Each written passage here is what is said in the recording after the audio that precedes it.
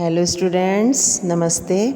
मैं अलका राय आपको इस वीडियो भाग 2 में चैप्टर नंबर 9 में संकलित कबीर की साखियाँ नामक कविता के दोहों की व्याख्या पढ़ाऊँगी, समझाऊँगी एवं शिक्षा के उद्देश्य की पूर्ति करूँगी। ठीक है। इस कबीर की साखियाँ नामक कविता के कवि हैं कबीरदास जी। पिछले वीडियो में हमने कबीरदास जी के जीवन परिचय को समझ लिया था और इसके पहले के प्रथम 2 दोहों की व्याख्या भी समझ चुके थे। अब हम तीसरे दोहे की व्याख्या को समझेंगे। तीसरा दोहा है, हस्ती चढ़िए ज्ञान को सहज दुलीचा डारी, स्वान रूप संसार है भूकन दे झक मारी। प्रस्तुत दोहे में कबीरदास जी कहते हैं, सबसे पहले हम किसी भी पंक्ति की व्याख्या करने के लिए हमें 5 बिंदुओं पर प्रकाश डालना होता है। पहला संदर्भ यह है कि प्रस्तुत दोहा हमारी हिंदी पाठ्यपुस्तक क्षितिज में संकलित साखियाँ नामक कविता से लिया गया है, जिसके कवि हैं कबीरदास जी। फिर प्रसंग कि प्रस्तुत दोहे में कबीरदास जी ने हमें ज्ञान का बोध कराया है। उन्होंने हमें समझाने का प्रयास किया है कि मनुष्य को ईश्वर को प्राप्त करना है तो उसे क्या करना चाहिए। ठीक है। अर्थ है और भावार्थ यह है कि कबीरदास जी कहते हैं कि हे मनुष्य, हस्ती चढ़िए ज्ञान को, हस्ती यानी हाथी, चढ़िए ज्ञान को यानी ज्ञान रूपी हाथी पर चढ़कर, मतलब ज्ञान के सहारे, ज्ञान की सहायता से ज्ञान रूपी हाथी पर चढ़ो, अर्थात ज्ञान के सहारे से आप सहज दुलीचा डारी, ज्ञान की सहायता से आप ईश्वर को प्राप्त करो, विवेक से ईश्वर की भक्ति करो। कहना चाहते हैं कि हाथी, ज्ञान रूपी हाथी पर चढ़कर सहज दुलीचा डालकर यानी साधना रूपी आसन बिछाकर, दुलीचा यानी आसन है, सहज साधना रूपी आसन बिछाकर हे मनुष्य तू ईश्वर की भक्ति कर, ईश्वर को प्राप्त करने का प्रयास कर। स्वान रूप संसार है। आगे कहते हैं कि संसार कुत्ते के समान है। जैसे कुत्ता, हाथी जब चलता है तो कुत्ते उसके पीछे भूखते हुए उसके पीछे पीछे चढ़ते हैं, तब भी हाथी उनकी तरफ ध्यान नहीं देता, अपनी मदमस्त चाल में चलता हुआ अपनी मंजिल तक पहुंचता है। ठीक है। ठीक इसी तरह मनुष्य तू भी हाथी, ज्ञान रूपी हाथी के ऊपर चढ़कर और साधना रूपी आसन बिछाकर ईश्वर की भक्ति कर और परमानंद की प्राप्ति कर। ये संसार तो कुत्ते के समान है। यह दूसरों को देखकर कुछ न कुछ कहती रहती है, टोकती रहती है, भोंकती रहती है। इसकी तरफ तू ध्यान मत दे, इस संसार की तू परवाह मत कर। ये कुत्ते के समान है, ये तो भूखेंगे और भूख भूख कर स्वयं ही चुप हो जाएंगे। भूकन दे झक मारी, मतलब इसे भूखने दो, ये भूखते भूखते स्वयं चुप हो जाएंगे।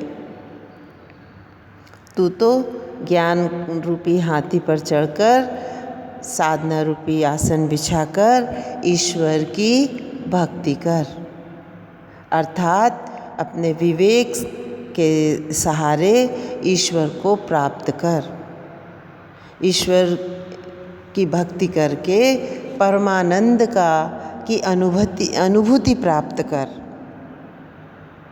समझ में आया स्टूडेंट? सच्चा भक्त वही है जो विवेक से, ज्ञान के सहारे ईश्वर की भक्ति करता है और संसार की तरफ ध्यान नहीं देता, दूसरों की परवाह नहीं करता। ठीक है। स्टूडेंट समझ में आया होगा।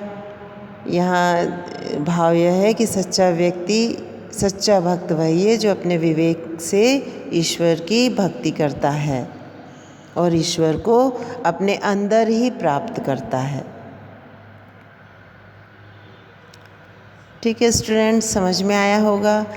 अब विशेष क्या है? विशेष यह है कि प्रस्तुत पंक्तियाँ दोहा छंद है। ठीक है, स वर्ण की आवृत्ति कर अनुप्रास अलंकार से सजाया है और नीति परक है। ठीक है, शांत रस विद्यमान है। अब अगले दोहे पर आप ध्यान दें। पखा पखी के कारणे सब जग रहा भुलान, निरपख होई के हरि भजे सोई संत सुजान। प्रस्तुत पद हमारी हिंदी में संकलित साखियाँ नामक कविता से लिया गया है, जिसके कवि कबीरदास जी हैं। प्रसंग, प्रस्तुत पद में कवि ने सच्चे भक्त की विशेषता पर प्रकाश डाला है। कवि कहना चाहते हैं कि पखा पखी के कारणे सब जग रहा भुलान। मनुष्य क्या है? अपनी मूर्खता के कारण और पक्ष विपक्ष में उलझकर स्वयं को भूल जाता है। सब जग रहा भुलान, वो सारे संसार को भुला देता है, स्वयं, यहाँ तक कि वह स्वयं को भूल जाता है। निरपख होई के हरि भजे सोई संत सुजान। कबीरदास जी कहते हैं जो मनुष्य निष्पक्ष रहकर बिना भेदभाव के ईश्वर भक्ति में लीन रहता है, वही व्यक्ति संत है, वही व्यक्ति सुजान है, सच्चा ज्ञानी है, वही व्यक्ति सच्चा भक्त है। ठीक है, तो मनुष्य को निष्पक्ष रहकर बिना भेदभाव के, मतलब अर्थात समान भाव से हरि को भजना चाहिए, ईश्वर की भक्ति करना चाहिए। बिना भेदभाव के ईश्वर की भक्ति में जो लीन रहता है, वही व्यक्ति सच्चा भक्त है, संत है, सज्जन मनुष्य है और वही ज्ञानी है। ठीक है, मुझे आशा है कि आपको इस पद का, इस दोहे का भावार्थ अच्छी तरह समझ में आ गया होगा। विशेषता क्या है? विशेषता यह है, वही प वर्ण की आवृत्ति हुई है, तो यहाँ पर अनुप्रास अलंकार का प्रयोग किया गया है। दूसरे पद में शांत रस है। तीसरा ये नीति परक है, दोहा है। ठीक है, हमें आत्मबोध कबीरदास जी करा रहे हैं। अगले दोहे पर आप अपना ध्यान केंद्रित करें। हिंदू मुआ राम कही, मुसलमान खुदाई। हिंदू मुआ राम कही, मुसलमान खुदाई। कहे कबीर सो जीवता, जो दुह के निकटी न जाई। प्रस्तुत दोहा हमारी हिंदी पाठ्यपुस्तक क्षितिज में संकलित साखियाँ नामक कविता से लिया गया है, जिसके कवि कबीरदास जी हैं। प्रसंग, प्रस्तुत दोहे में कवि ने हमें सच्चे भक्त की विशेषता पर प्रकाश डाला है। कबीरदास जी कहते हैं, अर्थ और भावार्थ। कबीरदास जी कहते हैं कि हिंदू मुआ राम कही। हिंदू कहते हैं जीवन भर राम राम कहते कहते मर जाते हैं, और मुसलमान खुदा कहते कहते मर जाते हैं। कहे कबीर सो जीवता, लेकिन हिंदू और मुसलमान जिंदगी भर हिंदू राम कहते कहते मर जाते हैं, मुसलमान खुदा खुदा कहते कहते मर जाते हैं, पर जीवन के सच्चे अर्थ को नहीं जान पाते। ईश्वर की प्राप्ति उन्हें नहीं हो पाती।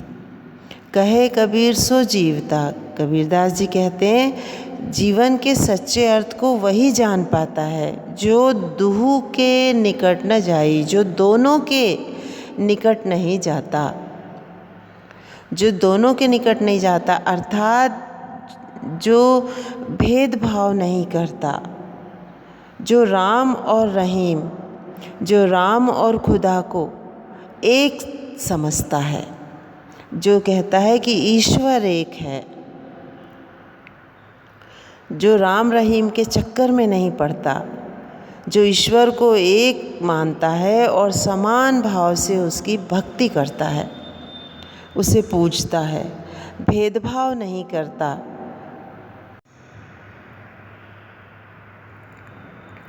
ईश्वर के महत्व को समझ पाता है और जीवन के सच्चे अर्थ को समझ पाता है। ठीक है स्टूडेंट, इसके अर्थ और भावार्थ को आप समझ गए होंगे। विशेष पर हम प्रकाश डालेंगे कि विशेष क्या है।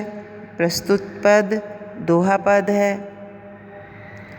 दूसरा नीतिपरक है, तीसरा शांत रस है। ठीक है, अगला दोहा है, काबा फिरी काशी भया राम ही भया रहीम, मोट चून मैदा भया बैठी कबीरा जीम। प्रस्तुत दोहा हमारी हिंदी पाठ्य पुस्तक में संकलित साखिया नामक कविता से लिया गया है, जिसके कवि कबीरदास जी हैं।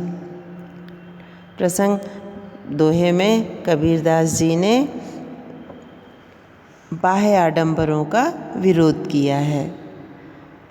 और फिर अर्थ भावार्थ है, कबीरदास जी कहते हैं, काबा फिरी काशी भया, मनुष्य ईश्वर को प्राप्त करने कभी काबा जाता है तो कभी काशी जाता है, कभी राम को भजता है तो कभी रहीम को भजता है, और इस तरह ईश्वर में भेदभाव करता है, मनुष्य में भेदभाव करता है और बाह्य आडंबर में फंसा रहता है, दिखावा करता फिरता है। मोट चून मैदा भया, अरे कबीरदास जी कहना चाहते हैं कि ईश्वर तो एक है, उसे तो हम अपने अंदर ही प्राप्त कर सकते हैं। ईश्वर तो कण कण में व्याप्त है, उसे तो हम कहीं भी प्राप्त कर सकते हैं। ना हमें काबा जाने की ज़रूरत, ना हमें काशी जाने की ज़रूरत। ठीक है, जिस प्रकार मोट चून मैदा भया, अरे जिस प्रकार गेहूँ से हम पीस कर आटा बना लेते हैं और आटे को भी महीन पीस कर हम मैदा बना लेते हैं, और बैठी कबीरा जी, और दोनों से ही हम अपना पेट भरते हैं, दोनों ही हमें हमारे लिए लाभदायक हैं, दोनों ही हमारे काम आते हैं। ठीक इसी तरह ईश्वर भी एक है और वो कण कण में व्याप्त है, हर प्राणी में व्याप्त है, हर प्राणी के अंदर है। तो हमें न काबा जाने की आवश्यकता है, न काशी जाने की आवश्यकता, न राम और रहीम में भेदभाव भी करने की आवश्यकता नहीं, हमें कोई दिखावा करने की आवश्यकता नहीं। ईश्वर तो हमारे अंदर ही बैठा हुआ है, हम उसे अपने अंदर खोजें, हम सच्ची भक्ति करें, उसे अंदर खोजें, बिना भेदभाव के अंदर प्राप्त करें और ईश्वर की महिमा को समझें, ईश्वर की महिमा को समझें और परमानंद की प्राप्ति करें। हमें बाह्य आडंबरों को और दिखावे की आवश्यकता नहीं है। ठीक है, भाव यह है कि ईश्वर एक है और कण कण में व्याप्त है, उसे हम कहीं भी प्राप्त कर सकते हैं, अपने अंदर खोज सकते हैं, हमें कहीं जाने की आवश्यकता और ढूंढने फिरने की आवश्यकता नहीं है। आशा करती हूँ आपको भावार्थ समझ में आ गया होगा। अब हम विशेष पर ध्यान दें। क वर्ण की आवृत्ति हुई है, इसलिए अनुप्रास अलंकार से सजा हुआ है। पंक्तियाँ दोहा छंद है और उदाहरणार्थ शैली है। यहाँ पर चून और मैदे से हमें समझाने का प्रयास किया है, ठीक है। और दोहा नीतिपरक है, बाह्य आडंबरों का विरोध किया है, ठीक है। अब आप अगले पद पर अपना ध्यान केंद्रित कीजिए। अगला पद है, ऊंचे कुल का जन्मिया जय करनी ऊंच न होई, सुबरन कलम कलश सुरा भया साधु निंदा सोई। कबीरदास जी कहते हैं ऊंचे कुल का जन्मिया। अरे ऊंचे कुल में जन्म लेने से क्या होता है? जे करनी ऊंच न होए, यदि आपके कर्म श्रेष्ठ न हो। सुवरन कलश सुरा भरा साधु निंदा सोई। स्वर्ण कलश में शराब भरी हुई है हो तो साधु निंदा सोई, तो उसकी निंदा तो साधु भी करेगा, ठीक है। कबीरदास जी इस दोहे में कहना चाहते हैं, सबसे पहले हम संदर्भ पर प्रकाश डालेंगे कि प्रस्तुत दोहा हमारी हिंदी पाठ्य पुस्तक क्षितिज में संकलित साखिया नामक कविता से लिया गया है, जिसके कवि कबीरदास जी हैं। प्रसंग में यह है कि प्रस्तुत दोहे में कवि ने हमें ज्ञान का बोध कराया है। एक सच्चे श्रेष्ठ मनुष्य को कैसा होना चाहिए, ज्ञान का बोध कराया है और संत के लक्षण पर प्रकाश डाला है। फिर अर्थ और भावार्थ कबीरदास जी कहते हैं कि ऊंचे कुल का जन्मिया, श्रेष्ठ कुल में जन्म लेने से क्या होता है? जे करनी ऊंच न हो, यदि उसकी कर्म श्रेष्ठ नहीं है तो श्रेष्ठ कुल में जन्म लेना व्यर्थ है। मनुष्य की पहचान तो उसके कर्मों से होती है। यदि मनुष्य के कर्म श्रेष्ठ होते हैं तो मनुष्य श्रेष्ठ कहलाता है, महान कहलाता है, संत कहलाता है। अन्यथा हर कोई उसकी निंदा करता है। जिस प्रकार स्वर्ण के कलश में यदि शराब भरी हो तो जो शराब अपने गुण छोड़ती नहीं है, वह निंदा की पात्र है। साधु निंदा सोई, उसकी तो निंदा साधु भी करते हैं, सज्जन भी उसकी निंदा करते हैं, सभी उसकी निंदा करते हैं, उसे बुरा कहते हैं। शराब तो शराब है, वो अपने गुण त्याग नहीं देती, भले ही वह स्वर्ण कलश में क्यों ना भरी हो, उसे मनुष्य अच्छा नहीं कह सकता। साधु संत सभी उसकी निंदा करते हैं, उसे बुरा कहते हैं, ठीक है। इसलिए मनुष्य को अपने कर्म श्रेष्ठ करना चाहिए। जो मनुष्य श्रेष्ठ कर्मों को करता है, श्रेष्ठ कर्म करता है, वही मनुष्य श्रेष्ठ है। अन्यथा उसका ऊंचे कुल में, श्रेष्ठ कुल में जन्म लेना बेकार है। उसकी पहचान उसके कर्मों से होती है, उसके कुल से नहीं होती। ठीक है स्टूडेंट्स, आपको समझ में आया होगा कि हमें अपने कर्मों को महान बनाना चाहिए। अब इस प्रस्तुत दोहे में जो की विशेषता क्या है कि ये नीति परक है, हमें ज्ञान का बोध कराया गया है। दूसरा, उदाहरणार्थ शैली है, उदाहरण देकर समझाने का प्रयास किया है। तीसरा जो पद है वो दोहा छंद है और शांत रस विद्यमान है। ठीक है स्टूडेंट, आशा करती हूँ आपको सभी साखियों की भावार्थ अच्छी तरह समझ में आ गए होंगे। इनसे संबंधित जो प्रश्न उत्तर हैं आपको PDF द्वारा भेज दिए जाएंगे। धन्यवाद।